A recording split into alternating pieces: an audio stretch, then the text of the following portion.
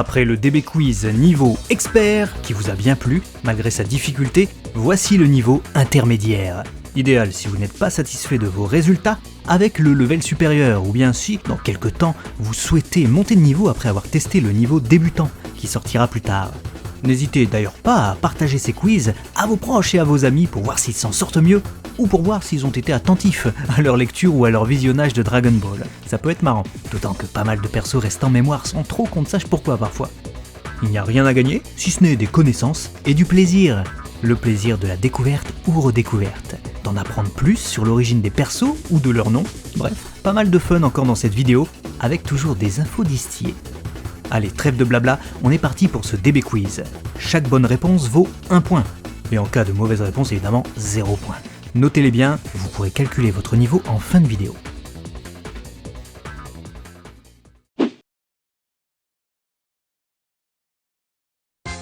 Le premier que l'on cherche est un membre de l'armée du Red Ribbon. Il recherche les Dragon Ball sur la terre sacrée de Karin avec sa troupe, et a pour caractéristique une tête de tigre.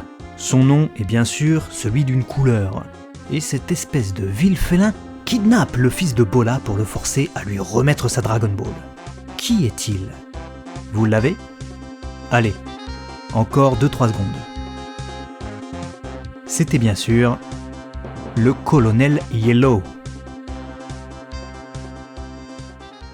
On cherche maintenant un duo de malfaiteurs qui sévit dans une ville de l'Est du globe. Ils arborent des oreilles de lapin et des brassards et font la loi dans la ville. Leur boss se nomme Toninjinka, mais comment se nomment-ils eux? Attention, il ne s'agit pas de nom défini, mais bien d'une appellation générale qui englobe les deux gus qui forment ce gang. Vous avez trouvé? Il s'agissait des membres de la bande des lapins. Eh ouais, tout simplement.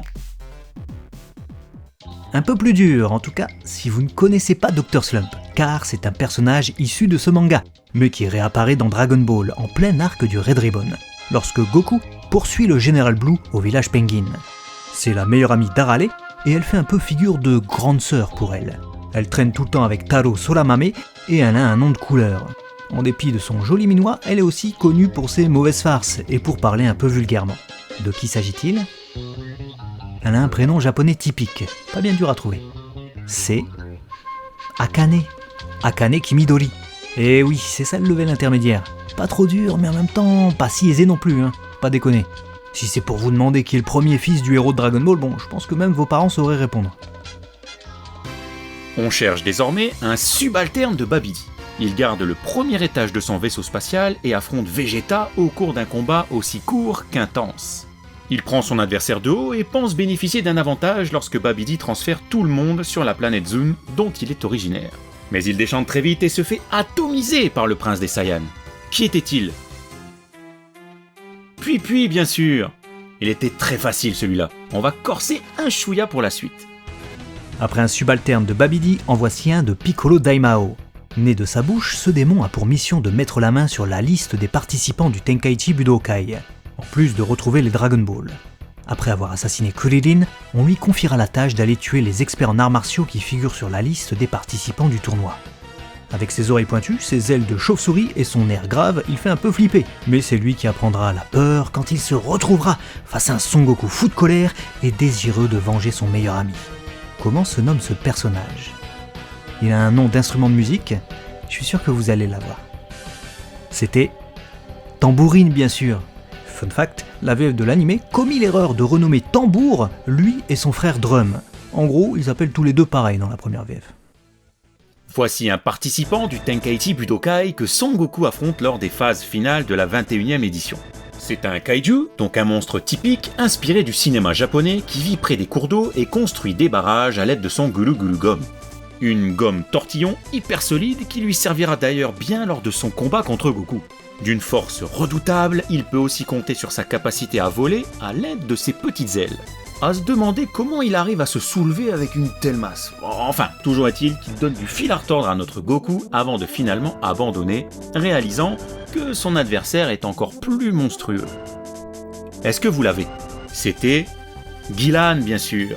Son nom s'inspire des noms des kaiju du cinéma japonais des années 50 et 60, comme Giron, Lodan, Gigan et d'autres aux sonorités similaires. On va aller voir un personnage de film avec ce petit extraterrestre que l'on rencontre dans le 8e film DBZ avec Broly. Lui et les siens sont prisonniers de la nouvelle planète Vegeta et doivent travailler comme esclaves pour Paragus et ses hommes, afin de transformer cette planète en ruine en planète accueillante. Il sympathise avec Krillin et Gohan après avoir été sauvé par ces deux-là. Malheureusement, sa planète d'origine qui porte son nom est ensuite détruite par Broly. Qui est-il ? Allez, son nom s'écrit différemment, mais il a un nom d'animal du désert. C'est Shamo. Tenez, ça nous donne l'occasion de parler une deuxième fois de japonais en 2 vidéos. Le son ch avec C et H se prononce che, tandis que S et H c'est che. C'est pourquoi nous avons donc Yamcha, Chaozu, Chappa, Choshinsui d'un côté, et à l'inverse, tout ce qui est en SH ça donne sh, comme avec Kaioshin, Shen, Shisami, etc. Voilà, à ne pas inverser. Il n'y a pas de Yamcha, de Chaozu, non. On retourne dans l'œuvre originale et la série Dragon Ball Z pour voir ce participant du 25e Tenkaichi Budokai qui participe à la Battle Royale avec numéro 18 et Mister Satan notamment. C'est un beau gosse aux cheveux blonds et aux yeux bleus. Il tente de draguer numéro 18 mais se fait rejeter. Après ça, il la mauvaise et lorsqu'il tente de l'attaquer durant la Battle Royale, elle l'expédie hors ring d'un seul coup. Son nom est un mot anglais qui montre à quel point il est précieux. C'est bien sûr Jewel, un bijou en anglais. On passe d'un bijou à un monstre des vases, avec des moustaches de poisson-chat. Ce gros monstre extraterrestre de la planète Kelvo fait mine de provoquer des tremblements de terre. Comme Oolong à ses débuts, il terrorise un village et emmène une villageoise dans son repère pour l'épouser. À cause de cette méthode abusive, il se fera prendre à son propre piège par Trunks, Goku et Pan qui lui couperont une moustache. Comment s'appelle-t-il ? Un indice, il a le nom d'un poisson-chat qui vit dans la vase. C'était Zunama, une anagramme de Namazu. Dans le folklore japonais, un Namazu, donc un gros poisson-chat gigantesque, vivait au fond de la terre. Selon les croyances, il était responsable des séismes. On reste dans Dragon Ball Z, mais avec cette fois un anime original character, un perso créé pour l'anime. Ce subalterne de Garlic Jr. participe à l'attaque du sanctuaire de Dieu, durant la période où Goku est encore porté disparu après l'explosion de la planète Namek. C'est le premier guerrier à périr des mains de Gohan. Il est vicieux et sadique et s'en prend volontiers à Krillin. Pour ceux qui écoutent en podcast, on cherche un gnome à la peau rouge et aux oreilles pointues, que Gohan éclate avec un Masenko. Il s'agit de Zold, un nom qui vient de l'anglais salt, du sel, mais qui a été largement modifié, en japonais comme dans sa retranscription évidemment. Car oui, tous les membres du clan des démons de Garlic Jr. ont des noms de condiments. Dans le très apprécié 13e film DBZ, rebaptisé L'Attaque du Dragon, chez nous, Tapion a un petit frère. Comment s'appelle-t-il ? Celui-ci est également équipé d'une ocarina et d'une épée, et la partie inférieure du corps de Hirudegarn est scellée en lui. Il est tué par le monstre après que Hoi se soit arrangé pour le faire libérer. Son nom signifie noix de coco en japonais. On cherche donc Minoshia, un nom qui dérive de Yashinomi, une noix de coco donc. Et Tapion, ça vient de tapioca. Et voilà, vous savez tout sur eux maintenant. Après le frère d'eux, on cherche l'ancêtre d'eux, avec un personnage créé d'abord pour les jeux vidéo et un manga spin-off écrit et dessiné par Naho Oishi, Dragon Ball Episode of Bardock. Dans cette histoire, ce monstre extraterrestre est l'ancêtre de Frieza. C'est un pirate de l'espace qui attaque des planètes pour les soumettre. Son nom se rapporte aussi au froid, mais comment s'appelle-t-il ? C'était évidemment Chilled, qui dérive du mot chill, que vous connaissez tous. Pas sûr qu'il soit si chill que ça, cependant, après s'être fait démonter comme ça par Bardock. D'un méchant pas beau à un autre, on passe sur Dragon Ball GT. On cherche un maniaque des poupées qui capture Pan pour faire joujou dans sa maison de poupées. Son nom se rapporte justement à ce drôle de hobby. Il a le statut de grand gourou auprès des fidèles du culte de Loud sur la planète qui porte le nom de cette soi-disant divinité. Comment se nomme-t-il ? Allez, il y a le mot poupée en anglais dans son nom. C'était Doltaki, une contraction de Dol et Otaki, un dérivé du mot otaku. C'est donc un otaku de la poupée. Tout à l'heure, on a vu son compère, atomisé par Vegeta. On cherche désormais le nom du deuxième sbire de Babidi envoyé contre Goku et les siens. Celui-ci combat justement Goku, sur la planète sombre. Il a la capacité d'absorber la lumière, et c'est ce qui causera d'ailleurs sa perte. Allez, celui-ci n'est pas bien difficile. Son nom est... Yakon, évidemment. Je suis sûr que vous l'aviez. C'est le level intermédiaire après tout. Exactement comme l'étage auquel il se situe dans le vaisseau de Babidi. Avant de passer les escaliers pour atteindre le level intermédiaire, il faut d'abord vaincre ce subalterne de Garlic Jr. qui apparaît dans le premier film DBZ. Avec les 2 autres soldats Mazoku, il a la capacité de se transformer pour accroître sa rapidité et sa force physique. Il peut aussi sortir des lames de ses cuisses. Il parle de manière très efféminée, en tout cas en VO. Et il a la charge de veiller sur Son Gohan, que lui et les siens ont kidnappé. Qui est-il ? Son nom signifie cannelle en japonais. C'était bien sûr Nicky. Rien à voir avec Nicky Larson, ceci. Tu parlais de Nicky Larson à l'instant. Voyons un groupe d'individus, ou plutôt de monstres, dont le nom fait drôlement penser à celui d'une série qui passait aussi au Club Dorothée. On cherche le nom des créatures du Dr Willow, qu'affrontent Kame Sennin et Piccolo dans le 2e film DBZ, le type le plus fort du monde, rebaptisé le robot des glaces chez nous. Naturellement, leur chara-design s'inspire de celui des Saibamen, mais ce ne sont pas des créatures extraterrestres. Ce sont les Biomen. Eh oui, le bio, c'est sûrement car ils ont été créés artificiellement via la biotechnologie. On revient dans le manga avec cette vieille femme qui apparaît au tout début, lorsque Goku et Bulma se rendent dans le village terrorisés par Oolong à la recherche d'une des 7 boules magiques. Et il se trouve qu'elle est en possession de cette bonne femme, qui redécouvre les joies du... Enfin bref, sacré Goku. Évitez de faire ça aux gens que vous rencontrez, c'est pas très poli. Comment s'appelle donc cette vieille dame ?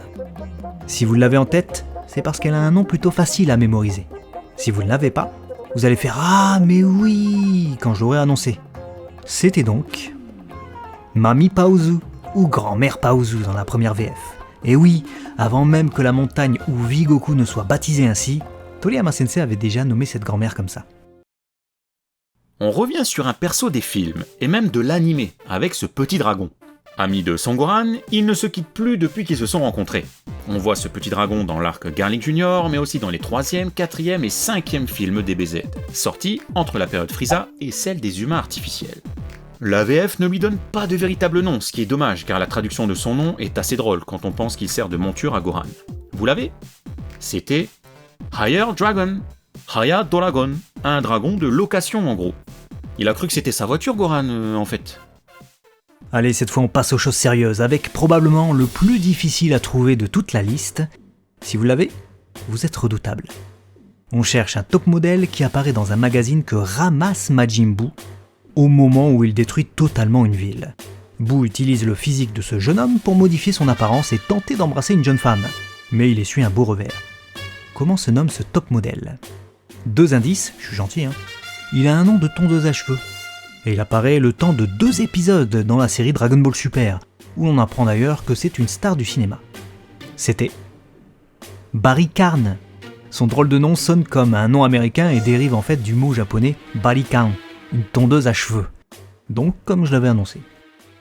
Bon, je pense que vous connaissez tous Goku et Vegeta. Je ne vais pas vous faire injure en vous demandant qui ils sont, ni même comment s'appelle leur fusion aboutie, surtout au niveau intermédiaire. Mais connaissez-vous le nom de leur fusion ratée ? La seule et l'unique, celle qui tourne au ridicule lors de la bataille contre Super Janemba en enfer. Ça se passe dans le 12e film DBZ, mais on l'a aussi vu brièvement dans le film Dragon Ball Super Broly. Ce gros empoté n'a pas la puissance nécessaire pour lutter contre son adversaire, mais il parvient tant bien que mal à survivre 30 minutes, le temps que la fusion ne s'annule. Son nom est Veku. Et oui, là encore, c'était la contraction des noms de Goku et Vegeta, bien entendu. Enfin, de Vegeta et de Goku plutôt. On a passé les 21 points à récolter, celui-ci est donc le point bonus, celui qui sera attribué à ceux qui se montrent vraiment dignes de passer ce niveau intermédiaire. Ou bien à ceux à qui il manque des points et qui auront donc une chance supplémentaire. Attention, c'est pas facile. On part dans le 10e film DBZ, non pas à la rencontre de Broly, qui fait son retour, mais à la rencontre des habitants du village Natade, et notamment de cette jeune fille, qui va être offerte en sacrifice au dieu de la montagne. Heureusement, Videl, accompagné de Son Goten et Trunks, vont empêcher ce sacrifice d'avoir lieu et libérer le village, sauvant ainsi la vie de cette jeune fille qui n'avait rien demandé à personne. Encore que, elle était quand même déterminée à sauver son village en sacrifiant. Ce qui montre une sacrée force de caractère. Comment s'appelle-t-elle ? Un indice, son nom se rapporte quasiment à la même chose qu'un autre personnage qu'on a vu plus tôt dans ce DB Quiz. C'était un jeune garçon. On cherchait ici. Coco. Eh oui, sans jeu de mots, hein, puisque Coco, ça veut aussi dire ici en japonais. Vous avez donc passé 21 questions, probablement avec brio, enfin j'espère. On va compter les points. Si vous avez de 1 à 5 points, vous êtes un justicier de Satan City. Il va vous falloir progresser via des entraînements rigoureux, mais vous avez avec vous la curiosité, c'est le facteur principal pour aller plus loin. Bravo à vous d'avoir tenté.